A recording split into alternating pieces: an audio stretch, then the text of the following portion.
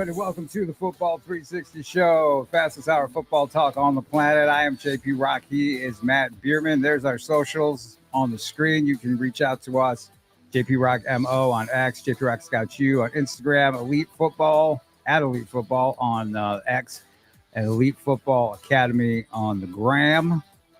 Ask us some questions. We're all geeked up. We just came from the Boom 7-on-7 tryouts, so we're very much in football mode. Matt, what's happening, man? Full morning of football. You can't beat it. Full morning of football. And if we wanted more, we could have stayed and watched some practice. Yeah. And then, I get done with this and then I have 5 lessons back to back to back to back to back. You absolutely cannot Full beat it. football. It truly is that football life.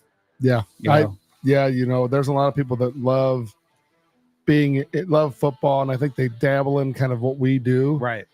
But very few people actually really, really do it. No, you're incredibly lucky if you are able to. Yeah, I would say that, yes, for sure. It's outside of being a college coach, right? Yeah. Or professional coach, right? You're immersed 24/7. Yeah, we're in it. Yeah, each and every day. You really can't beat it. So saw some really nice talent there today at the moment. This was your second one. Yep. And we still have a lot of kids that are playing. I mean, we have kids on all the teams that are still alive that have played for us in the past. So, and some interesting names that were being dropped about guys who want to play. Yeah, for Boom. Yeah, I always look at the 7-on-7 thing, and I think it's pretty interesting because, we view it as a training and development arm of our. There's a competition phase as well.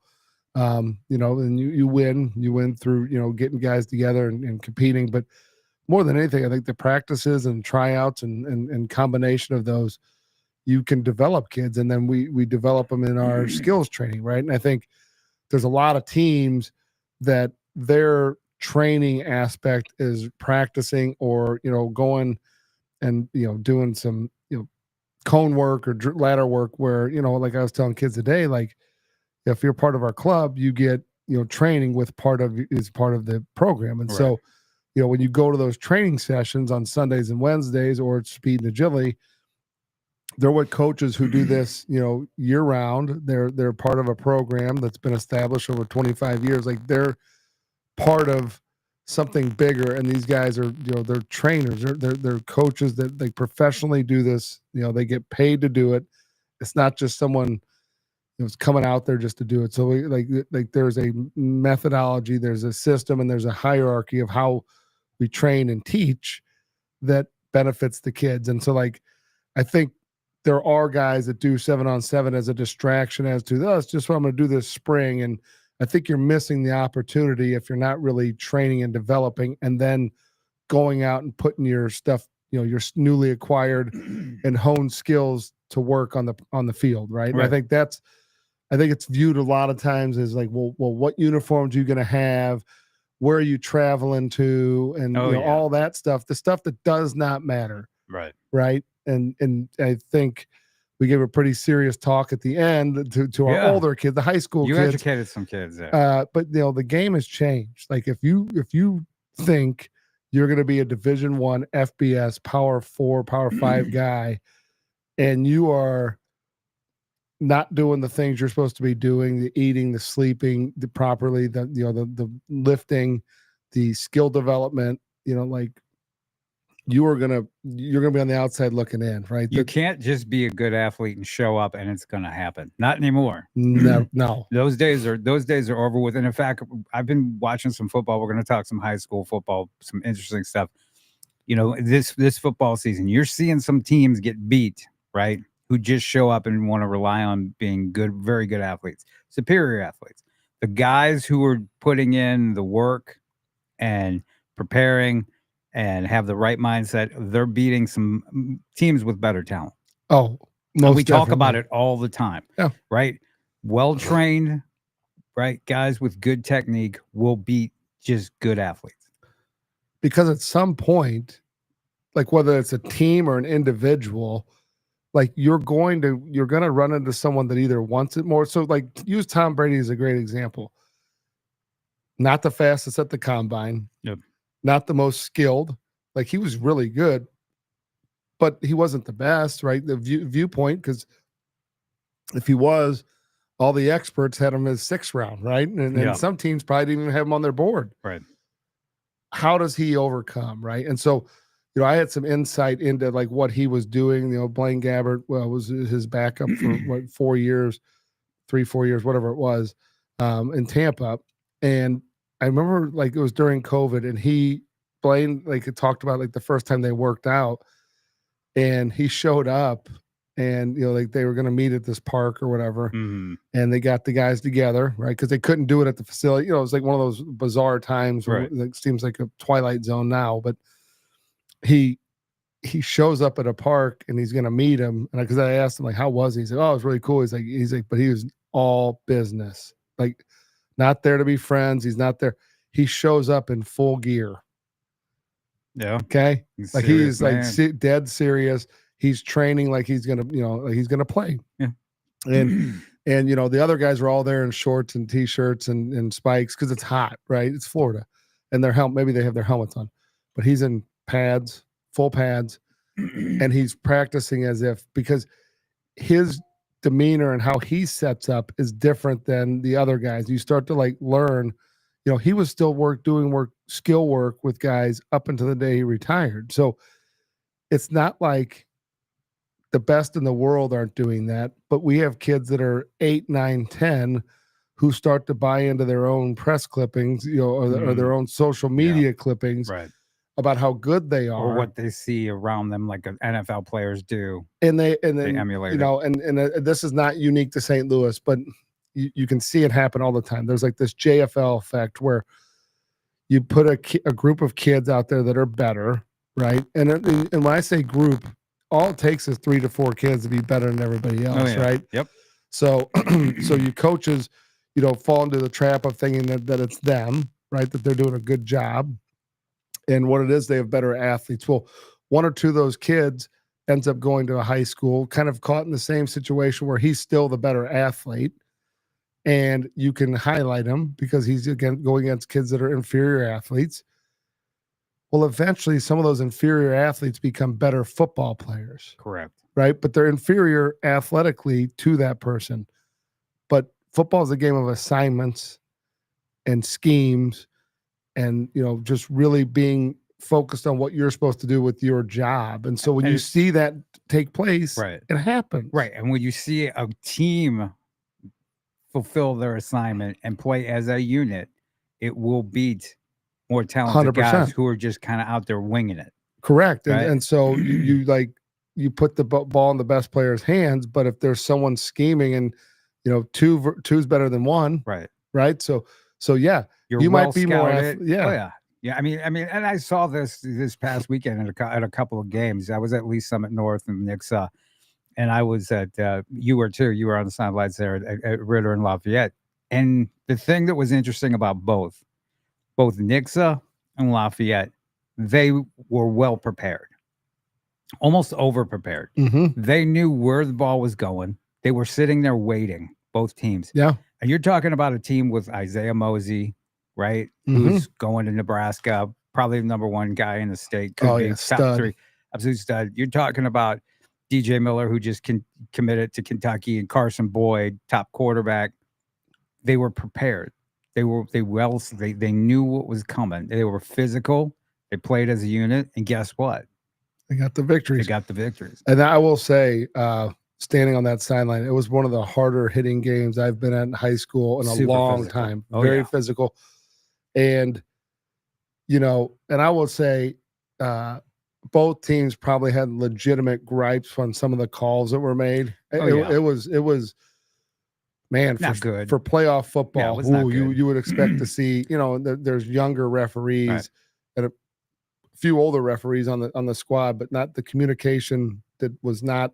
And I hate to get into that. I hate to get into the whole rough thing, but it was a little out there. There was a call.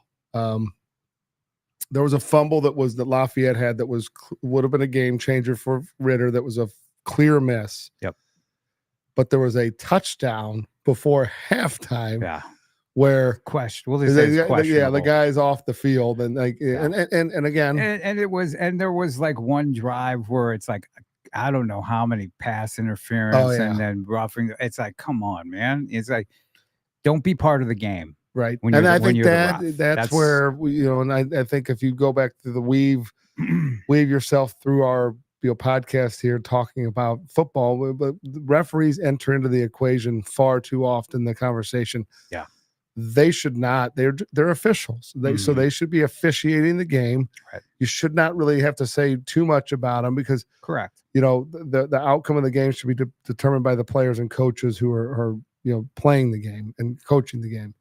But I mean, they interject themselves in the game far too much by not even like I will stand by.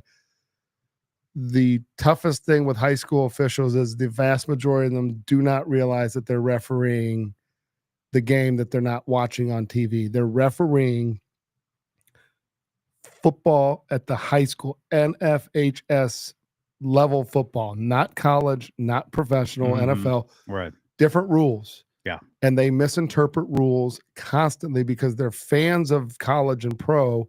So like they're officiating that level game in a high school, which is disingenuous because high school is a training ground for those other games. And so it has different rules and different standards. The hash marks are different. Everything's different. There's subtle differences in the game.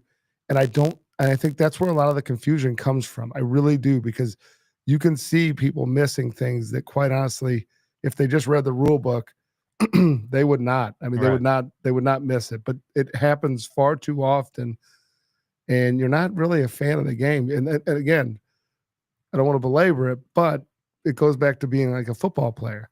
Every referee, all those people have different jobs, right? And the biggest cop out most refs are, well, that's his call over there, but they see it, right? But 9 times out of 10, most of them are not, like, they're not doing their job and communicating on the field. And then that's where I think a lot of it comes together, because whereas, a coach and a football player get held, they get the penalties thrown on them. There's no penalty for the person throwing the penalty, right? And then so I think that's where the most frustration comes from. But hopefully the next round it gets, they get better refs and better crews that that they're working with. But I was not overly impressed. No, neither sideline was overly impressed. They both had gripes. Oh, they both were not. But you can understand why. Oh, 100%. In that game, I mean, it was pretty egregious. The stuff that I saw. Now, I'm not that guy. No, right. I don't get into that. It's like you try not to, and it's like, oh boy, they missed that. But it was funny, and some guys didn't have great games. Didn't seem like they were themselves. Didn't play. Now, how much the other team had that effect on them? Cause that, because the one team came out and was just like, bam, right putting people into, somebody just got flipped. You got that on video. Oh, yeah. You posted it. And so how much did that affect it? Same thing with Nixa and Lee Summit North. On paper, with the offensive studs that Lee Summit North has, you'd think, okay, but Nixa has, Jackson Cantwell, who we've had on the show, Hayden Mays, they have a huge line, 6'8", 6'9", 6'5", 6'4", 6'3", all average around 300 pounds. And they just came out and they just grinded it, right? And just kept punching. That should be a fun game with them in Kirkwood. That should be that's going to be really fun, interesting. And Nixa has a really talented sophomore quarterback. It was such a fun game. I mean, if you like just a good game, it was a good game. And in the end, Nixa won at 10.4 seconds. McKnight hit Wyatt Vincent with a game-winning touchdown. 10 point. I mean, it's the stuff you dream of as a kid, playing in the background, right? Right. Playing in the backyard. Last second touchdown pass to win. And so that was pretty exciting. It was fun. As a fan, it was fun. It's a game where you hate to see anybody lose, especially when, like, Lee Summit North, who I had, as possibly going all the way. So much talent. I mean, it's a heartbreaker. And for both Ritter and Lee Summit North, man, it was tough after the game. Because you see a lot of kids that are just, you got to know, the ones that are going to play beyond, right? So, but you feel bad for them because they don't want to go out like that. Absolutely. And then, on the flip side, there's also a lot of kids in that field that was the last football game they're ever going to play. Right. And And now, granted, they did get a few more games than everybody else, but Right. but to keep the dream alive and be able to do it as such a cool thing. You get to practice, and you're practicing Thanksgiving week. You're doing something. It is, and when you're a high level athlete and you're going to a big college, you hate for your high school career to end like that. It's never easy. If it was in the state championship game, it would be a little bit easier to swallow. Right. But in the quarterfinals, it's tough. It's tough. But I mean, just great football all around. So yeah, I was at Lee Summit North for Nixa, and then the next day Lafayette and that. And then Sunday I was at the Flight 7-on-7 tryouts. Good, very much like Boom. They're there to develop kids. They're doing it the right way. Greg Wayne's a good guy. Greg Wayne is doing a long time. Absolutely. And he said that his primary focus, much like you, it's interesting his thoughts on doing 7-on-7. But his primary focus is otherwise, and with helping kids with getting their academics and stuff. Very similar. And that's what 7-on-7 football should be. It should be to help develop you, right? Help, make you a better player, better person, the other stuff off the field. It shouldn't be people out there trying to make it, look at me. We're this, we're that. It shouldn't be a vanity project for the people running it. Well, there's a lot of people who locally and then regionally who, I think have a complex about like what they are versus what they're not. And they want to, if you're trying to gain respect through running an organization, a 7-on-7 football organization, like no one really cares beyond at the end of the day, like who cares? Like what? Like you're in an environment where you go to a tournament for the weekend, everybody plays and they leave and go home and no one really cares, right? I look at like our webpage or the Boom football webpage. There's like 108 championships that have been won, right? Over a long period of time. But the reality of it is that that's really irrelevant because there's a lot of kids that have played a lot of games that didn't win championships that got what they needed from the program that are now playing, collegiately, right? So we ran like a little video we put together, promo Does Joe video. Have that? I don't know. No, I can send it to Joe. Send that to Joe right away because people need to see that. That's so cool. So it's really it's a promo video, and really what it is it's a bunch of former Boom players that everybody would know because one of them is the current starting quarterback for the University of Missouri, and a bunch of the other guys are current NFL players. Yeah, and so it's a really cool deal. But you're right, and if you're a parent, you want to make sure your kid is going to the people who's doing it right, who have the best intentions and the right intentions. And I mentioned Flight and you guys, and you said regionally. I know Empire does it well, Epic 7 does it well, and it's it's really a fascinating thing because 7-on-7 is really blowing up in the state of Missouri, and it wasn't a thing before. And you're seeing that. You're seeing high schools develop their own 7-on-7 teams. Yes. I know there's more and more of that occurring. I know, Francis Howell just reached out. They want to have their own 7-on-7 team. Festus has its own 7-on-7 team. So it's really a fascinating thing. Football is a year-round sport. It's absolutely, and people should utilize 7-on-7 to keep that going, keep getting the work. Correct. Keep improving your skills, working on your skill set. That's the main focus. Yeah, because if you want to play tackle football, there's no such thing as 7-on-7. I told the kids today, if you're playing 7-on-7 in college, that means you're a frat guy or playing in the rec center, right? And you're done with your football career, right? So the tough thing is a lot of people conflate what this is and what it isn't, and I think to your point, a lot of those people's identities are tied into that. Yeah, right. Like look. I've been doing this for 25 years. I have been around more kids that have played the game of college football than most come in our area, probably the most, right? Like as far as like coaching them and like, I don't win any prize for that. Like I don't get up out of bed. I don't define myself because of that. But the scary thing is when people do that, then they're in the wrong spot and they're willing to tell kids things that quite honestly are just not truth, or they just have a skewed reality of what's going on. Yeah. And what's sad is that parents don't know. Like I had a really good conversation with one of the fathers today.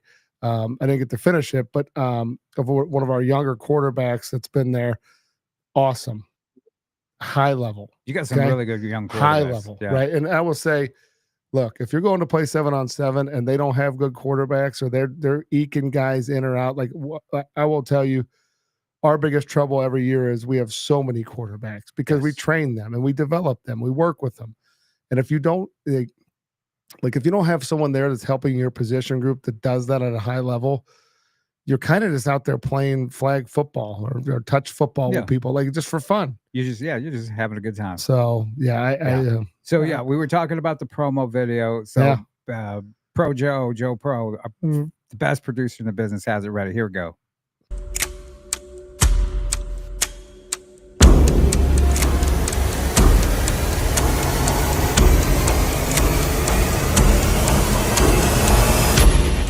Gotta rock with Boom, bro. You see where I'm at. You see where some of the alumni are at, man. It's booming up. You see, this is just Nike. I just kept it chill. We got the Go Yeezy. You know what I'm saying? We got a bunch of guys in the league, man. Boom is the move. Boom is the move. Boom is the move. Boom is the move, man. Hey, boom is the move, man. Boom is the move. Very cool little promo right there. And you can go ahead and identify all those gentlemen. So, I mean, here's the thing. You got our local guys. You have, the first guy is Greg Newsome, plays for the Cleveland Browns. Then you have Kyren Williams, an all-pro, right, last year. Brady Cook, another guy doing pretty good for himself. Yeah. Tony Adams, starting safety for the Jets. Tony hasn't changed. Yeah. Then then you have trying to think who else was on. Isaiah Williams is on there. Yeah. The people that locally you're going to know who those guys are, right? Right. So those guys are all guys, and like there's our Chicago guys too. So like the guys that are not on there, you know, JJ McCarthy, right? He's a starting, first round draft pick for the he's hurt, but he's with the Vikings. CeeDee Lamb, another guy. I think he's pretty good. One of the highest paid receivers in the NFL. So there's. But and then you got guys like Mookie Cooper, right? Reggie Love that's over at Purdue playing running back. I mean, you got guys that are kind of all over the place that are high level guys that got their start training, more importantly, but then they also played 7-on-7 with us. So I think it's kind of a cool thing to show, like there's lineage, right? Yeah. And I am more excited about those guys' success than like, oh, I run St. Louis Boom. Like, who cares? Like, I don't like. I think that's you got to get to a point in your life where everything's not about yourself. That's not Boom is not a replacement for your personality, okay, or your identity as a person. And like, I use it as a vehicle to help kids get to where. And we always tell kids, like, look, the best thing about Boom is you get to work with our coaches and train and develop at our facility, right? With elite football. But what JR has built is a nationally known, a Midwestern roots, nationally known 7v7 club that has lineage and has produced guys. So when you're on our teams and you put that in your moniker, when you put that in your Twitter bio, and you put your what high school you're at, and then you tag that you're Midwest Boom. When a coach looks at your information before he clicks on your huddle film, he knows that. I would bet you 99% of all coaches in America, college coaches, know what Midwest Boom is because it is a nationally known brand. It is one of the top, let's call it 10 in the country. It's one of the oldest. It's one of the most successful. So that, to me, is what's exciting, is that our kids get that, that gives them some clout and some access with coaches that you might not have otherwise. And so when you look at it from that perspective, that's where having that name is really good. And so with no disrespect, most regional teams around the country, someone puts that in there. Like I was looking at some kid's Twitter the other day, and it was some team name that I've never heard. It was he lives somewhere else, but I don't know what that is. Right. Now, if he were to say Fast, Houston Fast, I know what that is. Right. Florida Fire, know what that is, right? I mean, college coaches know Empire, they know Epic 7, they know Flight, they know Boom. Yep. Right. And so you're absolutely right. They been doing it for a while. They're prestigious, if I can say the word, Yeah. and they regularly have and develop top flight players. Yes. And you know what you're going to get if that kid's playing with that team. You know what you got. Right. And I think that's important. And so like look, again, people can tell you what they want to tell you and say we're going to do this, we're going to do that. But understand, if it's helping them more than it helps you, it's probably not the right situation for you. Excellent point. Excellent point. And years ago, I'll give a quick story on. We did this is I think you were involved in this. So we put a list of names of kids that had done the combine, right? Mhm. And our elite football combine has been a jumping off point for so many kids. You and I know 16 years. for a fact we will get calls direct. I mean, I did not pull out of the parking lot last year, and I had 2 college football coaches, Oh yeah. a Nebraska guy and a Kansas guy, hit me up and say, "Can you send?" Like they must have been watching, and like I don't know, like Well, can they you send me know. the Oh, yeah. list? Oh no, the texts and the DMs and stuff start They want- flying. You know. Yeah, right. I'm like, during well, it. we got Oh, yeah. we let the kids, scratch first, It's and then as soon fascinating. as I do it, I'll send it to you, right? But they're looking, right? So like we know that helps people, but because we've done it for so long, like there's a certain like what it is, Mhm. but we're doing it to help kids get discovered. We're helping them learn the process. We're not doing it just because we want to add more names to the list. That has nothing to do with it. Right. And I think sometimes people get confused, and that's why they get into this, because it's like an identity for the adults. And I think I cannot impress upon you enough. Like, there's a reason why my name is not involved in anything we do. Like my name is it's not Matt Bierman's elite football. Like, Right. it has nothing to do with me. I just happen to be the person who created it and run it. You're not a carnival But barker. like I'm not like but I see so many times when you go to 7-on-7 where it really is about certain people, and Right. and then there's other training organizations where it's really about that person. And unfortunately, like you could say, well, yeah, you don't have any name cachet. Like, no, like, yeah, but it's not about me, right? And it's not about any Well, one coach or any one kid. You've never been a self promoter. You've never been a carnival barker, being like, "Look at me, look at me, look at me." There are people out there who are not as good at what they're trying to do, but man, that's all they do. They're out there trying to put the name out there, trying to Sad. step on things, trying to sell things, and none of that. There's none of that involved. And like we say all the time, find the people that are doing it for the right reasons. And I've named a bunch of them on here, and not just Yeah. and again, with that KC Varsity Combine, same thing. It's all about helping the kids. Right. And You they've know? been doing it for a long time. They've been doing it for a long time too. You've been doing it 16, 17 Yeah. years, 13 years for them. So it's a thing. And just like with the Simone Awards happening, I've been involved in that this year and helping pick those guys. It's totally a labor of love to help people. And the Help American these kids. Cancer Society game. Same thing. Same thing. Yep. I mean, if you knew the people behind that game and the work that goes into it, it's a year-round deal. The money that gets raised to help cancer, cancer research and the Cancer Society, awesome. I mean, but the intention of how it was formed, what's interesting is early on, there were some people that wanted to get involved, I think, in that game. Right.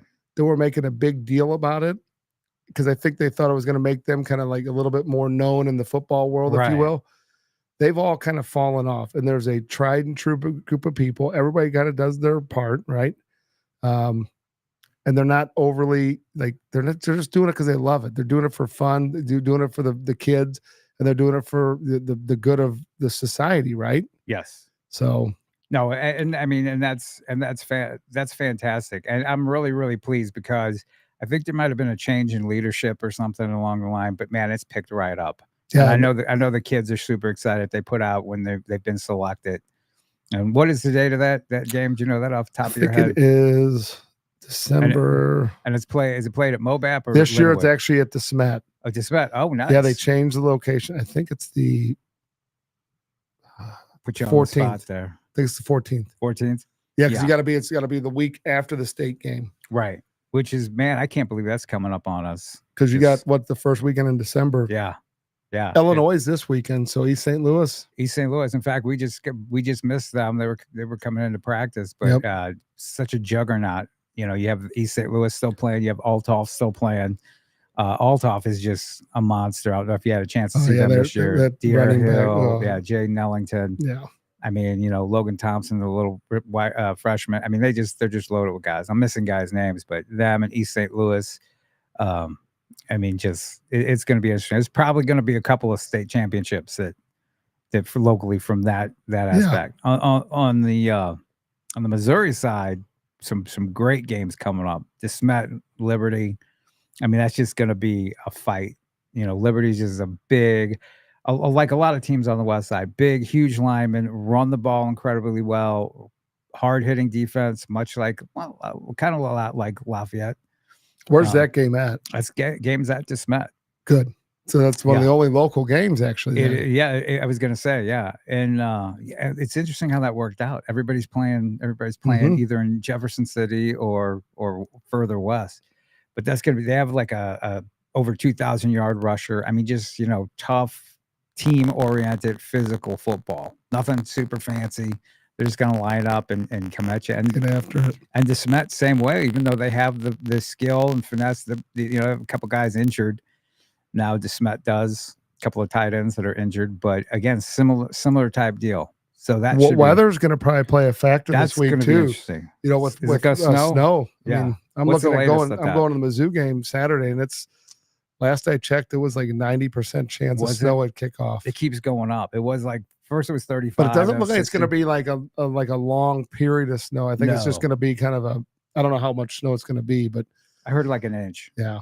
So, but still, that's fun football, man. Man, how about that? Your last game at Faurot Field as Brady Cook, you get that, or you're a senior and it's your last football game, or your second to last football game, and you get to play in the snow. Right. Mizzou took care of business against Mississippi State. Not a very good team. I think they only have 2 wins all season. Yeah. Took care of business with that. Arkansas is going to be interesting. I mean, they've played some people. They're not no one to. No, they're no joke. Yeah. They played Texas pretty tough. I think it was like 20-10.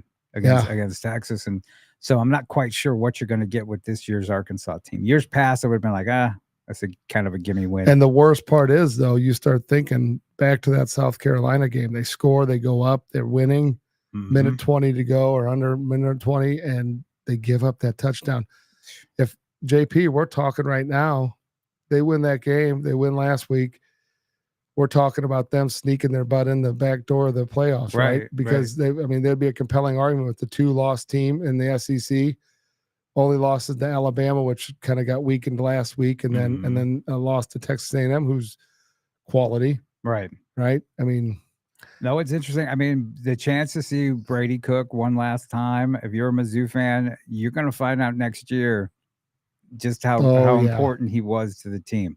And they've got some good guys coming in, but it's going to take a little bit of time, He is such a unique kid too. I mean, such a good person. Everything's, like he is. Quality I don't think people understand how much he really loves Mizzou, right? And how but he's just a good, good person. And so when you have good people that have good intentions as your leaders, your team kind of forms that identity as well, right? And so I don't know that people quite understand, and just the haters and all the people that say stuff, it's almost laughable because, they're not, a lot of them is just like they're insecure as fans because they so badly want to be, but there's only one champion every year, right? So everybody else, 130 something teams are disappointed.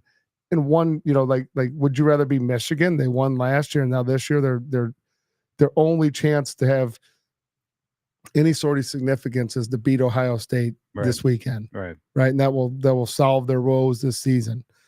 But I think,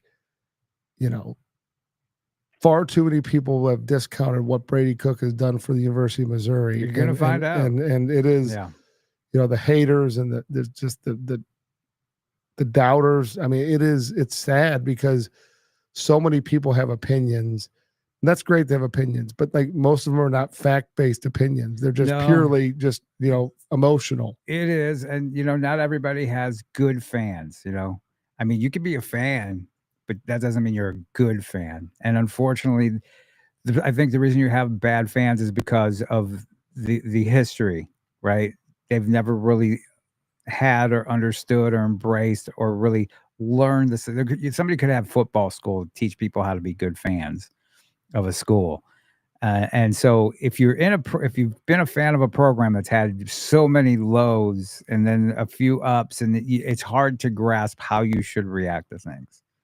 And so I think that's part of the huge look, problem. There might be 2 back-to-back 10+ win seasons. I mean, come on. I know, but look, history will remember the Brady Cook era as a hell of an era, one of the good times, one of the good periods.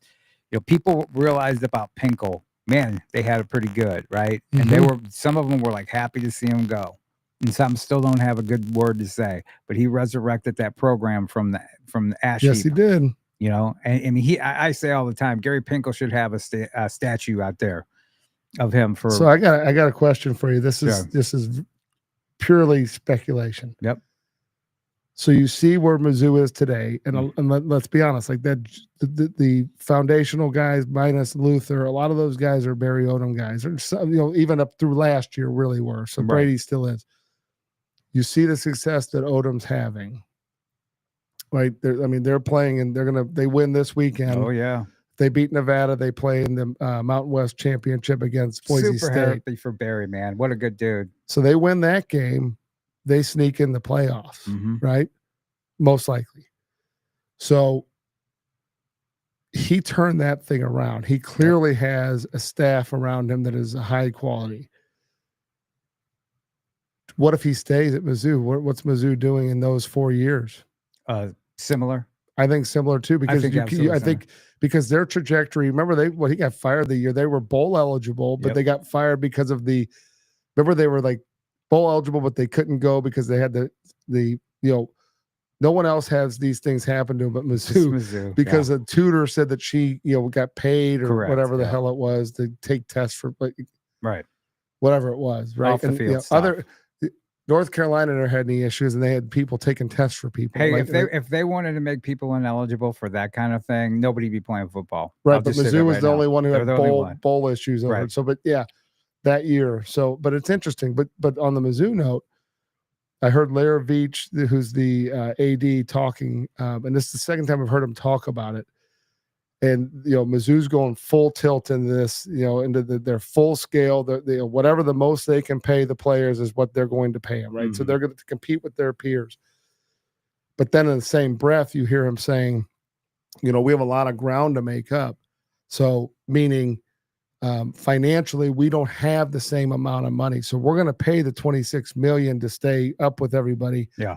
But we technically don't have that money in our budget.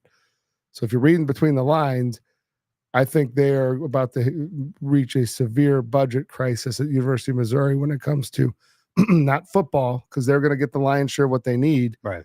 They're going to feed the beast, but it's going to severely damage other sports. There's no way it doesn't. Well, and that's what happens when you jump from being a collegiate program to being a professional football team. He even said it was like a semi-professional. And I love that. And guess who's been saying that for the past year?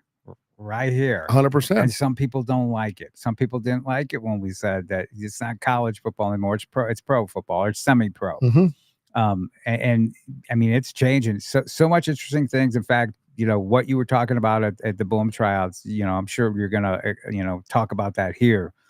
Back to the Barry Odom thing. He would have totally had success if he had stayed.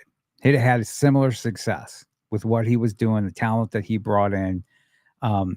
People don't understand, and a lot of people don't take into account what he was left, the mess that was there. And quite frankly, because I covered Mizzou up close and personal on the beat with ShowMeMizzou.com and with Fox Sports Midwest, people don't realize, and nobody's really delved into what the depths that really went on there. And so he inherited a bad situation, a horrendous situation, and he made the best of it. And in fact, quite frankly, I think he's the only guy who was willing to come on and be Mizzou's coach at the time. Mm-hmm. And everything that went on there. And So yeah, so it just took time. It was a transitional thing. Not enough time was given because you got to produce right now. But he was building, and it's no. I mean, I'm not shocked that Drink came in and was able to have the success that he's having now because the foundation was there, much stronger than what he just inherited. like what the foundation Pinkel had, and then they hit the thing. He had to reestablish a foundation, and so what you're seeing from Mizzou football now was laid there, the groundwork by Barry Odom. Yep. And it's interesting. I heard Drink talking this week about Luther and Brady because this is going to be their last game. And he alluded to the fact about, he was very grateful for both of them and basically like success for the program, but he also like personal success for him. And if you think about it, like they helped him get a new payday. They helped him get a new contract. Like, I mean, really like, and he's earned it because they've won. But I think it's one of those things where it was nice to hear him kind of like in retrospect, like look back on like, hey, there's probably some tough times with these two. Yep. But man, oh man, did it work out for the benefit of them and him. Completely. I mean, it's a great story. The whole thing. If you're a Mizzou fan, you should be pretty pleased. Hell yeah. I can't stand when I hear him gripe. And I'm a fan, but I'm not like a fan like I was when I was, a youngster about Mizzou. I'm a realist about everything, and I look at everything. I try not to root, and as difficult as that is, but Mizzou fans should be pretty happy with that. Next year, might be some lumps that they're gonna take, so got to prepare themselves. I'm wondering what they do quarterback wise. I mean, they're got to be the portal. I mean, because you're losing. We got Pine still going to be there, but then you're losing Blood, who is basically the backup to the number 3. Mm-hmm. You have Aiden Glover, who's a freshman, just true freshman. Right. And then you got that Zollers coming in, who's like a high level guy, but he's also coming from a really bad leg break, like kind of could be, detrimental to your career type of break. Now I know he was taking a visit to Penn State. Did that have that? I guess that's all. They all. When you see that happen, you got to be very antsy, like that something's about to go down, right? Because he's from there. And the pressure that people put on, he's got an injury. That makes you rethink, do I want to be close to mom and dad? 100%. Yeah. And so, and you start to lose confidence when you get major injuries like that too, right? And so you go with the secure thing maybe.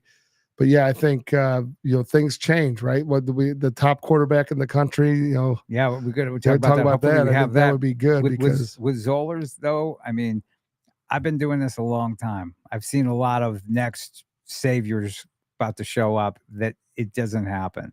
And so I know fans get really excited when they see a guy like Zoller is going to come in. Man, you got to temper that because he is a freshman. You know how difficult that jump is, that transition is impossible. And so you really can't count on that. So the portal's got to be the way. And you got to go with an established guy.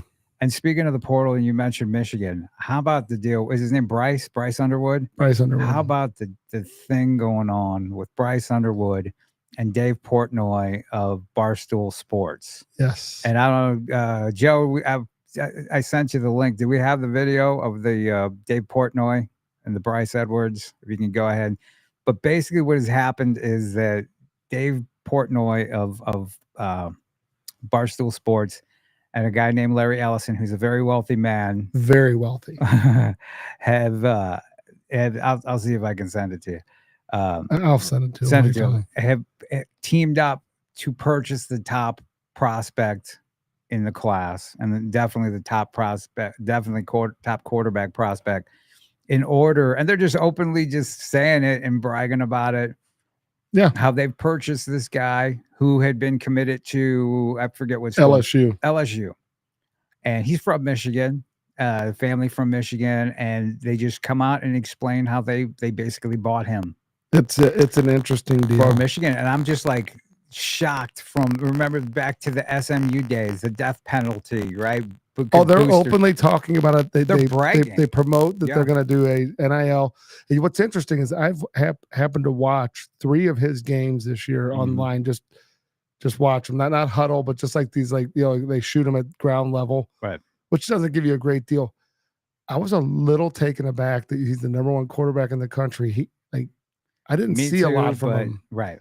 Now he looks the part. Correct. He is physically mature, tall. but I'm not seeing from him what I saw from like JJ McCarthy. Right. They hand the ball off an awful lot. Right. But yeah, I just. But in the recruiting world, but this is what's so interesting is you have a guy like Dave Portnoy and Larry Ellison. And I think Larry Ellison's wife was really involved in it too. Mm-hmm. They're fans, right? And so I don't know if they really know what they're buying. No. And but that was actually the first thing that came to mind. Was I thought, do they know? Like nothing. We should go into business. We should go into business consulting. These fans, guys. these mega rich fans who are buying players now, and it's totally changing the game of football. I mean, if you thought that us talking about it's semi-pro, it's pro football, it's not the college football, just you wait. And if you see this, I mean, my jaw was like, I was like, you got to be kidding me. You got to. So he was talking about he would give up to $3 million. Yes. So supposedly the deal's like going to be worth like almost 10.5, 11 million over 4 years. Yeah. Yeah. For a high school kid coming out. I mean, and I wonder if that's guaranteed money. I wonder if that's going to like say he breaks his leg and say he gets kicked out. Right. Say he doesn't perform. Because I mean, they've got him to flip. They anointed him. He's changed. Yeah, he's changing his life for now them. Here's the problem. So he's getting paid by an outside source. He is now the starter. Yeah. Yeah. You're hitching your wagon to someone that, quite honestly, where he's getting paid as much as many of the coaches, position coach for sure. Yeah. So let's go ahead and take a look at this Dave Portnoy, who owns Barstool Sports. Explaining how they purchased a high school quarterback for the University. Eye-opening. Yeah, watch this. It is wild.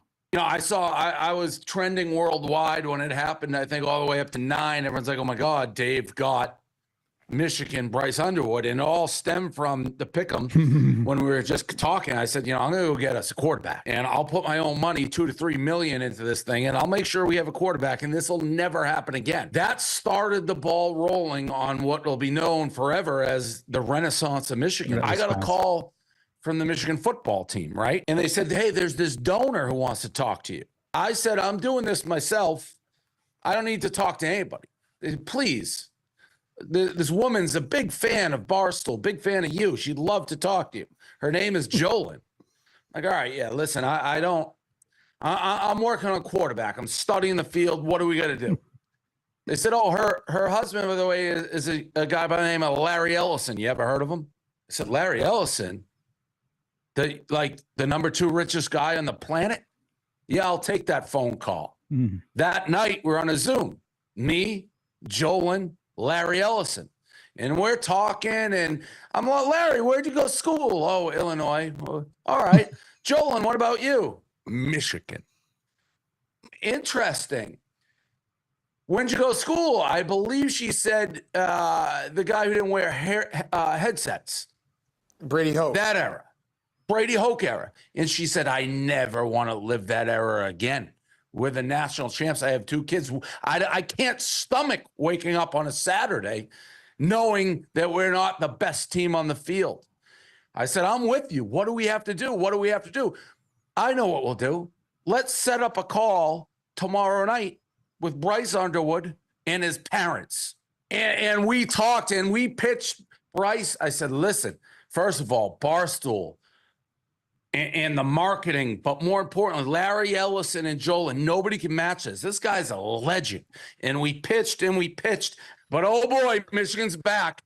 And I didn't know how it would come about or the role I would play.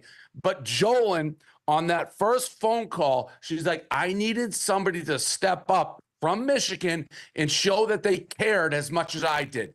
And then it was like the mega powers uniting. Listen, and I knew it. I texted Jolyn. I go, I'm like, it was before it was really known. It's like, I'm getting all this credit. I'm a little uneasy. She goes, "I don't need the credit. I need national championships. I need to stack them."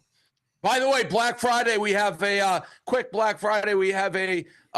Bryce Underwood Barstool collab coming out in the store with him. Proceeds going to Bryce Underwood. So be on the lookout for that. Unbelievable. So he is worth $230 billion. Larry. Larry, Yeah. On Ellison. $230 billion. And Dave Portnoy's He's rich, a rich guy but himself. he's not rich like that. No, I mean, this is your future of college football fans.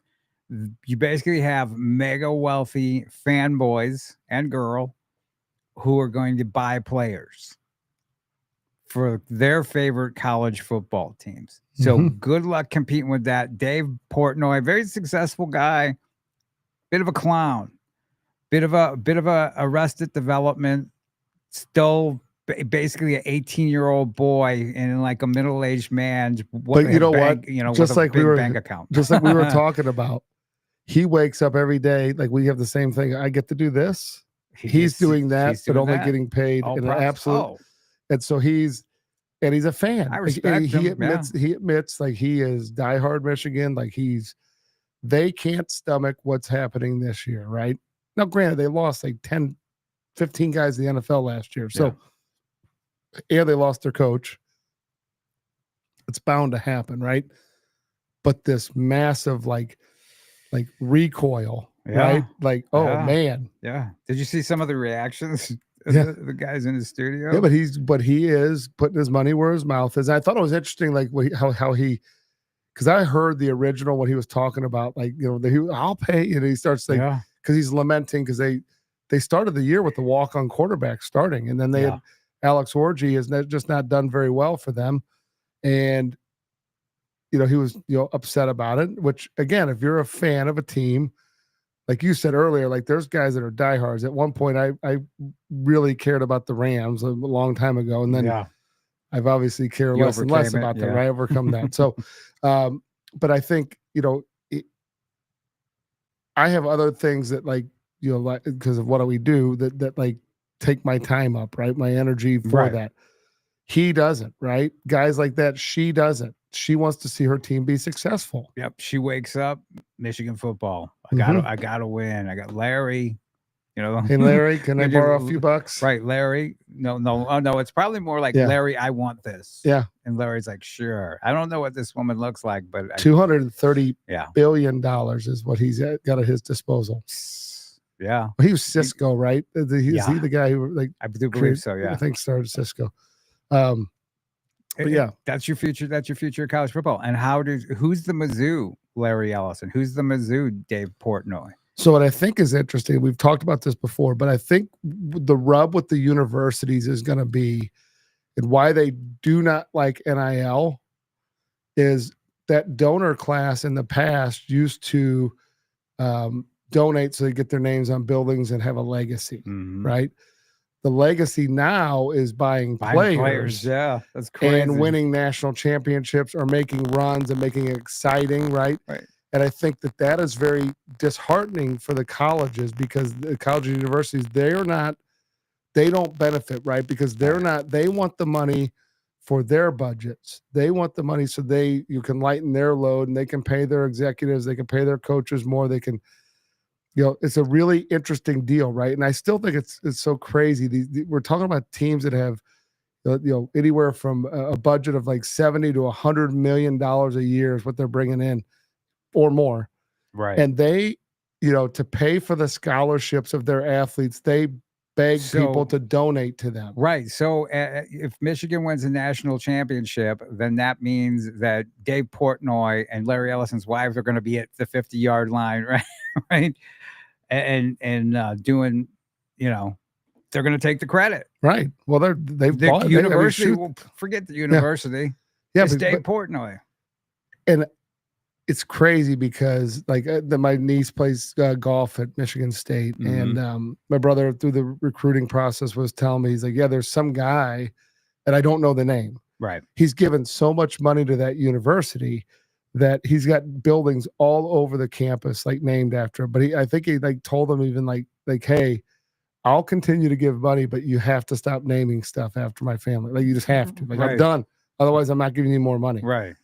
Because it's like a little over the top. Yes. Well, so you have certain people that they have so much that's it's nice that they give back to the universities because for education and facilities and infrastructure. But now we're into this age where it's like, hey, players can be bought, Yes. right? And they can. And do you blame Bryce Underwood? No. And you have Not an ounce. these celebrity influencers now who are going to want to take over teams. I mean, it's a fascinating realm that we've entered into. Yeah. As far as college football, and we're running short on time, but can you kind of explain what you were talking about at the Boom? Oh yeah. So with the NIL and so I was telling the kids because look, if you're showing up to a tryout on the day before Thanksgiving, like you have aspirations to try and play at a high level. I would say most kids there have a dream of playing FCS or FBS Division I, Power 4, Power 5, whatever you want to call it, football. Mm-hmm. The game has changed, right? So the roster limits have been set. It's 105 guys. Okay. They've gone from like 82 or 83 scholarships, whatever it is, up to now 105. So that's what's on the roster. Everybody's on scholarship. No walk-ons, none of that. It's all done. The schools are now opting in. That's what I was referring to. Mizzou is opted in. We're full tilt. So I think it's $26 million is what their budget will be to pay the athletes. Okay. That will be the athletes, like call it stipend or whatever you want to call it. I call it salary. Yeah. So if you do the math, the only people that are getting paid are the male basketball players, female basketball players, and the football players. So obviously the lion's share of the money is going to football because that's who produces the money. Right. Right. And that's what this lawsuit, NCAA versus House or House versus NCAA, whatever the legal proceedings are, that was ruled. And now the schools are opting in, and then there's like a payment schedule that school has to pay these fines and all these things, right? To pay the settlement, because they have to go back and pay all these athletes in the past that they owe money to as well. So now that that's happened and those dominoes are starting to fall, I was telling our kids, like, listen, you have to be realistic about the game you're getting into. There's 105 spots that call 70 schools now, right? Those are going to be the Power 4-ish schools that are going to play like in that realm. Because other schools can opt out, but say you're Nevada and you opt out of it, right? Or you're not fully in. Well, you can't pay all the money, and so you're not going to compete. If the guy's going to Mizzou, if someone offers you $30,000 to go play at Nevada, right, and your base salary at Mizzou is $110,000, where are you going to go? Right. I mean, it's pretty obvious. So that's why Mizzou's raising ticket prices, things like that, to bring in more revenue, because that will then help them compete. So it's a vicious cycle, because if you don't put a good program on the field, right, it's good. You're dead in the water, right? Right. You can go upside down real fast. So really, bottom line, it is we're here at professional football. Yeah, and so if you think you're a high school kid and you think you're just going to get by on someone's recommendation, or you're going to get by on just your natural athleticism, you are sorely mistaken. You need to be doing things and competing with grown men. You have to be like almost as grown as you can be coming out of high school, because they're not going to want to develop you unless you're like a kid that gets a bunch of early offers that everybody's like, hey, this is kind of the next guy, right? And there's probably 5 or 6 of those per class at quarterback. There's probably 10 or 12 at receiver, right? Like there's top guys in each class. Other than that, I see a lot of high school kids that, ordinarily would have gone to an FBS school falling down because what's going to happen is the better, older, more mature players are going to press up to the top, and it's going to filter down. So it's going to be really difficult to be a high school kid coming straight into that environment. 1, to compete. It's not probably going to happen. Right. 2, for them to invest that money in you. Right. And it's going to be very difficult. So getting these high school athletes to get their mindset and their frame of mind as to, I'm not just going to get recruited to play, because if you want to go play NAIA or D3 ball or even like the lower level D2, there's going to be plenty of opportunities for all those guys. But you want to play at a high level, if you want to be at that level, it is going to be so difficult, because there's more opportunities scholarship wise, but they're not going to fill it up with high school kids. The bottom line is you better be preparing yourself for professional football. Correct. Because that's what it is. So you can't just show up. You can't just be the best athlete on your team who can outrun everybody and outjump everybody, and so you're getting by. You're going to have to prepare. real quick before we get out of here because we're running down on time. So football games apparently Friday 3:00 Lafayette at Helias. Very similar teams. What if they did that to avoid the weather? Could be. I don't know, but I was shocked at that. I didn't think that was a thing, but very similar teams. Lafayette, it's got to be sky high coming off that win over Cardinal Ritter. Yes. Both physical, both big. And like to hit, like to run the ball. Nothing super fancy. Thomas Preckle. Robbie Preckle. Talk about him real quick. Just what a great game. Him, Terrence Bills. Terrence Bills really stepped up. Brady Cauldron's another kid that did well. Jack Beal. They just had Jeremy Williams, Smiley, who's Terrence Bill's brother.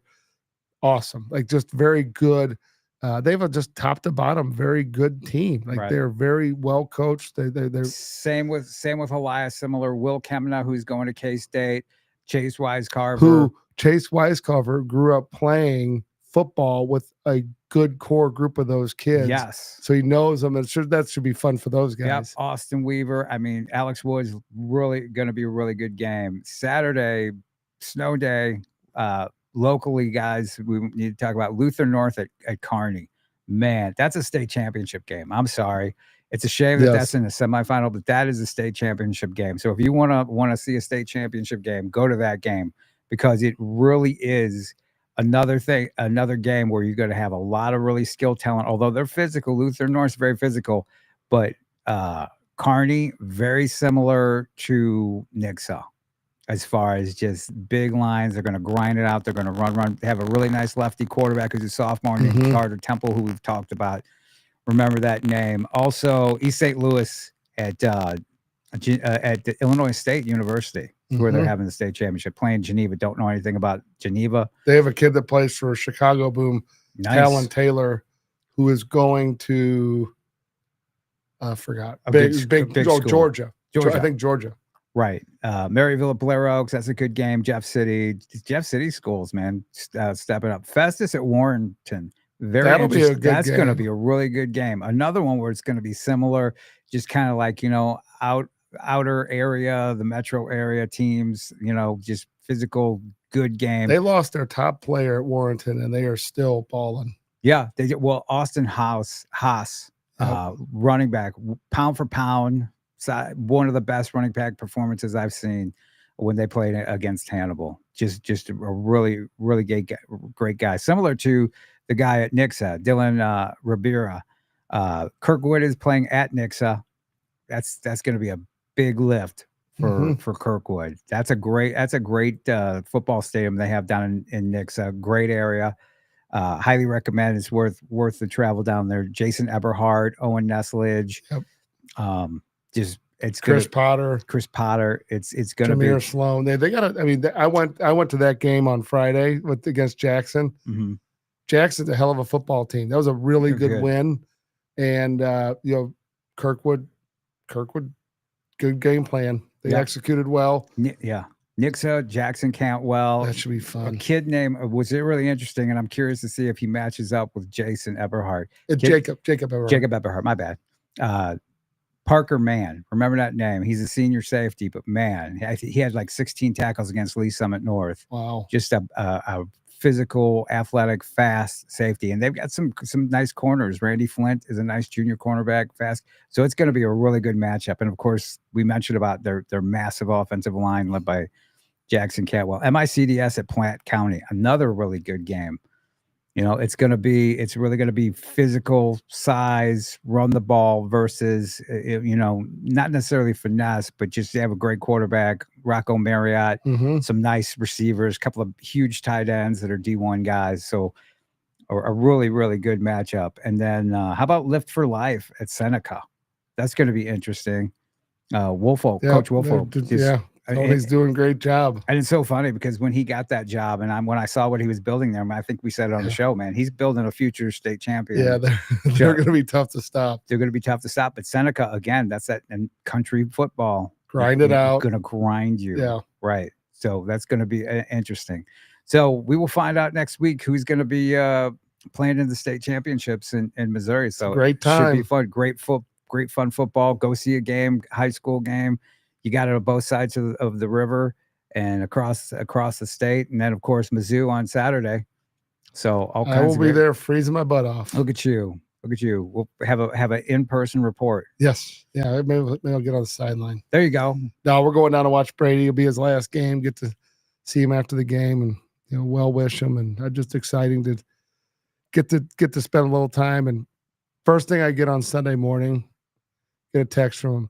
Hey, you're coming, right? I got your tickets. How many tickets you need? Right. Like selfless kid, yep.